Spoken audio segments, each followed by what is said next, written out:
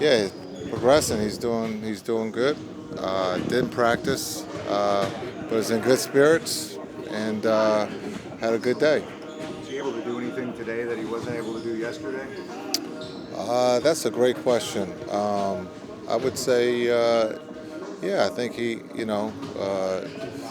is smiling. He's happy. He's in good spirits, and looks like he's improving. Has he begun lobbying you to try to convince you that he can play to start the series? No, he has not. But hopefully at some point he does. But not right now. Not today. No. Knowing the kind of competitor he is, how much do you think it's killing him, knowing that there's a chance he won't play at least to start the series? Yeah, I think as we talked yesterday, injuries happen. Sometimes they happen at the wrong time, and this is one that just happened at the wrong time. And again, if he can't go, we got to play without him. And if he can go, we still got find a way to beat a very talented Utah team. Um, with him doesn't guarantee us anything of winning games, but we all understand that gives us a good chance. But we also have played without him and found ways to win. So if he can't go Saturday afternoon, we gotta be ready, and we've been working all week to get ready. So we'll see. On the flip side of that, the medical staff here is known as one of the best in the league. I think reputation-wise. Yep. What have you seen from them this week in terms of the hours and just the constant focus and attention to make sure that all guys are ready to go? Yeah, I think they have the hardest job, one of the hardest jobs, and that's getting the players ready throughout the season and also now in the second part of the season, the playoffs.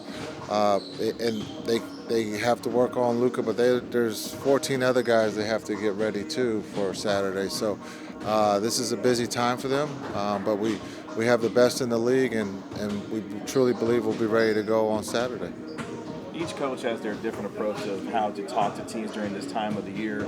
I'm curious from your perspective with this group, what has been your message knowing that you've been through this kind of situation before and how you communicate that to them as far as their experience is concerned? Yeah, I think that's a key word is communicate and talk. We talk in the morning before film. We've asked if there's any questions, any concerns. Everybody's been good. No one's had questions yet. But we're taking it, this is a basketball game, and we're going to, give them the answers to the test, and hopefully they can handle that. But we're going to make mistakes on Saturday, and it's how we handle those mistakes and push forward. And this team has been really good at that, of making mistakes and turning the page and having success. So hopefully we can do that Saturday. Utah relies so much on the three-point shot. How do you chase them off that line and make them shoot more twos? Yeah, that's.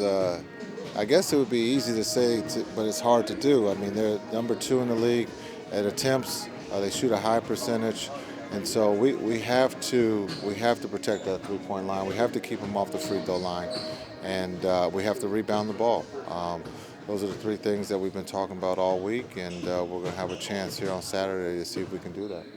How comfortable are you going small, like going at 5 if we don't have a Lucas rebound? Like that? Yeah, everything's on the table.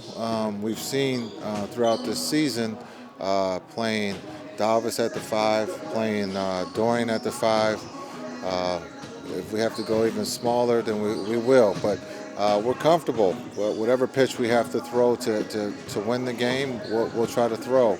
And if that's playing Dorian at the 5, then we will.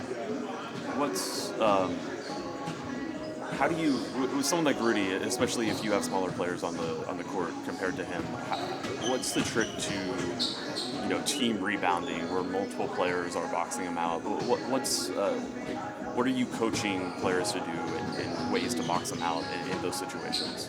Well, I think you have to be physical because we could be smaller, and you're probably going to have to jump first because he doesn't have to jump. So it's going to take a team rebounding. We're going to have to send multiple bodies to him, and we have to be physical. But we're going to have to jump too. So understanding that could be at times the tallest one out there, and we just have to be physical and then we have to, win those 50-50 balls, to give ourselves a chance if we are small. What have you seen from his ability to run the floor and get dunks in transition? Rudy's ability to do that, especially if you're working with cross matches that you have to get back to. Yeah, I think he's one of the best at reading the ball off the rim. And if you don't put a body on him, that's where he hurts you.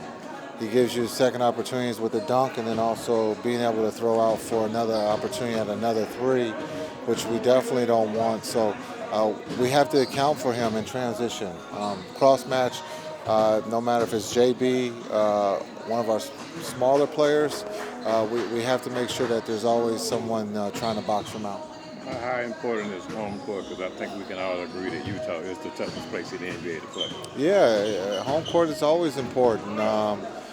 When you look ahead at the series, if it comes down to one game, you have it at home.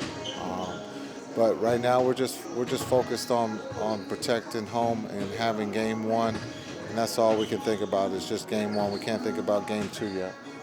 Jason, as you're preparing for them, did they do, because of the similar skill sets of Gobert and Whiteside, did they pretty much play the same way on offense, pick and rolls, coverages on defense for Whiteside and for Gobert? Yeah, you look at pretty much talk about, two bigs that can dominate the boards. Defensively, they could be a little bit different, but when you look at the rim protection and then also the ability to rebound and set screens, they do that quite well. So when we talk about Gobert, we're also talking about Whiteside. So just looking at what they both cause offensively, they cause a problem, and then defensively, they protect the paint well. Is it helpful to have the film of that fourth game, the last game you played in the regular season against them, where they, didn't have the centers and did switch everything, and just having the ability to look at how they might play you guys with a different look? Yeah, I think all four games are important to watch, and then also just watching other games against other quality opponents to see what they have done in the past that they could present to us. So we've looked at a lot of video, a lot of games. And so I think we're all excited about having this opportunity on Saturday to get this series underway. Is there a particular point during this week of preparation where you get to a point and look, I'm ready to get on the floor, ready to play? Or is it just that continued preparation, knowing that you got games to look forward to going through? Yeah, I think you take the preparation, the time to get ready.